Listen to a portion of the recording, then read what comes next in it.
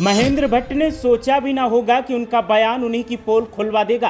करण माहरा ने प्रेस वार्ता की और बीजेपी प्रदेश अध्यक्ष की बखिया उधेड़ दी। सबसे बड़े राज का माहरा ने कर दिया खुलासा, अब मची खलबली। बीजेपी प्रदेश अध्यक्ष की योग्यता और उनकी विधानसभा के हालातों पर माहरा ने मारी ऐसी चोट कि किसी का चेहरा तमतमा गया तो किसी के गुर्दे लाल हो गए। आरोप प्रत्यारोप के बीच कांग्रेस प्रदेश अध्यक्ष ने सबसे बड़ा और चौंकाने वाला खुलासा कर दिया। लंगड़े और रेस के घोड़े वाली सियासी जंग में अब करण माहरा के कटाक्ष ने बीजेपी को कर दिया बेचैन। महेंद्र भट्ट का तो हाल ही बेहाल हो गया। जिस विवाद से पीछा छुड़ाते घूमते हैं, कांग्रेस प्रदेश अध्यक्ष ने वही सबके सामने उजागर कर दिया। ऐसे आदमी राज्यसभा में जा रहे हैं, वो इसीलिए जा रहे हैं कि वहाँ रेस के घोड़े है ही नहीं। महेंद्र भट्ट जैसे लोगों से काम चलाना पड़ रहा है, नहीं तो महेंद्र भट्ट में कोई योग्यता थी राज्यसभा जाने की। उत्तराखंड की राजनीति में छिड़ी लंगड़े घोड़े और रेस वाले घोड़े की सियासी जंग अब काबिलियत और योग्यता तक आ पहुंची है। महेंद्र भट्ट ने बयान दिया था तो उन्होंने नहीं सोचा होगा कि उनके ऊपर ऐसा कटाक्ष किया जाएगा और कांग्रेस पार्टी इस तरीके से उन्हें पलटवार करके जवाब देगी। लेकिन कांग्रेस पार्टी को तो सिर्फ मौका चाहिए था। महेंद्र भट्ट ने खुलेआम जहां अपनी पार्टी के खिलाफ एक तरीके से सबूत भी कांग्रेस पार्टी को दे दिया, तो वहीं यह भी स्वीकार कर लिया कि हां, बीजेपी विरोधी दलों के नेताओं को अपनी पार्टी में शामिल करने के लिए लालायत रहती है। और यही बात कांग्रेस पार्टी को नागबार गुजरी और फिर कांग्रेस पार्टी की तरफ से कांग्रेस के प्रदेश अध्यक्ष करण माहरा ने मोर्चा संभाला, प्रेस वार्ता बुलाई और प्रेस वार्ता में उन्होंने महेंद्र भट्ट के खिलाफ एक के बाद एक ऐसे ऐसे आरोप लगाए, ऐसी ऐसी पोल खोली कि अब महेंद्र भट्ट को भी जवाब देते नहीं बन रहा है। करण माहरा ने जहां उनकी विधानसभा क्षेत्र जोशीमठ की बदहाली को लेकर निशाना साधा, तो वहीं उनकी योग्यता पर भी सवाल खड़े कर दिए। करण माहरा ने यह तक कह दिया कि जो आदमी गोबर और गोमूत्र से बाहर नहीं निकला वो राजनीति के बारे में जाने क्या, उनकी योग्यता ही क्या है। ऐसे ऐसे लोगों को राज्यसभा बीजेपी भेज देती है। करण माहरा ने महेंद्र भट्ट पर निशाना साधते हुए क्या कुछ कहा है, आप भी सुनिए।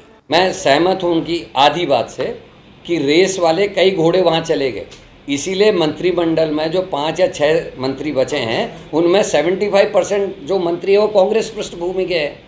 और अगर वहाँ रेस के घोड़े होते तो एक ऐसा व्यक्ति जो गोबर और गौमूत्र से ऊपर उठा नहीं, जिसके विधायक रहते हुए पूरा जोशीमठ बर्बाद हो गया, जिसके अपनी विधानसभा में 17 लोग करंट से मर गए और कंपनी का ऑडिट क्लियर हो गया, ऐसे आदमी राज्यसभा में जा रहे हैं, वो इसीलिए जा रहे हैं कि वहाँ रेस के घोड़े है ही नहीं। महेंद्र भट्ट जैसे लोगों से काम चलाना पड़ रहा है, नहीं तो महेंद्र भट्ट में कोई योग्यता थी राज्यसभा जाने की। तो सुन लिया आपने, करण माहरा की आवाज, उनके तेवर, उनका तल्ख अंदाज और चेहरे की तमतमाहट सब बयान कर रहे थे कि करण माहरा महेंद्र भट्ट के बयान से नाराज हैं। महेंद्र भट्ट ने वो बयान जो दिया था, उस बयान में उन्होंने कहा था कि कांग्रेस पार्टी में वैसे तो तमाम लंगड़े घोड़े हैं, लेकिन रेस वाले घोड़े भी कांग्रेस पार्टी में हैं। कुछ पहले ही हमारे साथ आ चुके हैं और कुछ पर हमारी नजर है, उन्हें भी हम पार्टी के साथ लाने की कोशिश करेंगे और 2027 के विधानसभा चुनावों में और बड़ी जीत हासिल करने की कोशिश करेंगे। महेंद्र भट्ट के इसी बयान पर कांग्रेस पार्टी नाराज दिखाई दे रही है और कांग्रेस पार्टी का कहना है कि बीजेपी अपना कॉन्फिडेंस खो चुकी है। बीजेपी अपने आप में कॉन्फिडेंट है ही नहीं, उससे भी पता है कि 2027 के विधानसभा चुनावों में उसकी हार होने वाली है और इसीलिए कांग्रेस पार्टी के रेस वाले घोड़ों पर बीजेपी की नजर है। कांग्रेस के प्रदेश अध्यक्ष करण माहरा ने इन तमाम शब्दों के साथ आरोप लगाते हुए महेंद्र भट्ट पर तीखा वार किया है और इसके बाद उत्तराखंड की सियासत में अब सनसनी का माहौल देखने को मिल रहा है। सियासत से सामाजिक मुद्दे गायब हैं, सियासत से आवाम की परेशानियां गायब हैं, सियासत से आवाम को क्या चाहिए उस पर कोई बातचीत नहीं हो रही है। बात अगर हो रही है तो आरोप प्रत्यारोपों की, बात अगर हो रही है तो छीटा कसी की, बात अगर हो रही है तो नूरा कुश्ती की और बात अगर हो रही है तो एक दूसरे पर आरोप प्रत्यारोप लगाने की। और इसी से उत्तराखंड की राजनीति में हलचल का माहौल है।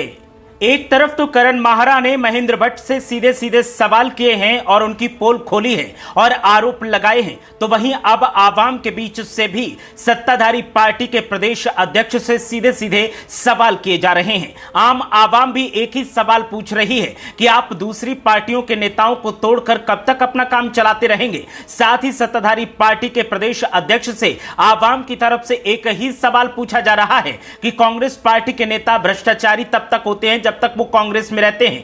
कांग्रेस पार्टी के नेता बेईमान होते हैं जब तक वो कांग्रेस पार्टी में रहते हैं।